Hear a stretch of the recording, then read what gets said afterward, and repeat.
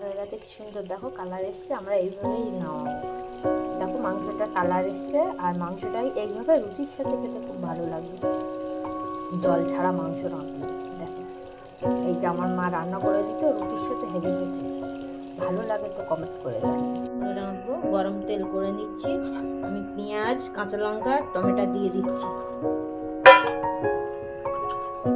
হলুদ দিয়ে দিচ্ছি, জিরের গুঁড়ো দিয়ে দিচ্ছি, আদা বাটা দিয়ে দিচ্ছি,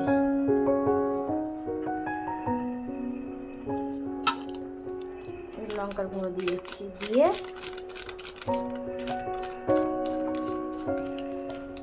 দিচ্ছি। আলুটা ভাজা ভাজা হয়ে গেছে, এবার রসুনটা দিয়ে দিচ্ছি। একটু রসুনটা কষে নেবো। আমার মা এইভাবে তেল গরম করে ছোট্টবেলায় মাংস খাওয়াতো, এইভাবে খুব ভালো লাগতো। আমি আজকে সেই মার রেসিপিটা আজকে করি। মাছটা ভাজা ভাজা হয়ে গেছে, আলুটাও ভাজা ভাজা হয়ে গেছে। আমি মাংস মাখিয়ে রেখেছিলাম, আধা ঘন্টা হয়ে গেছে।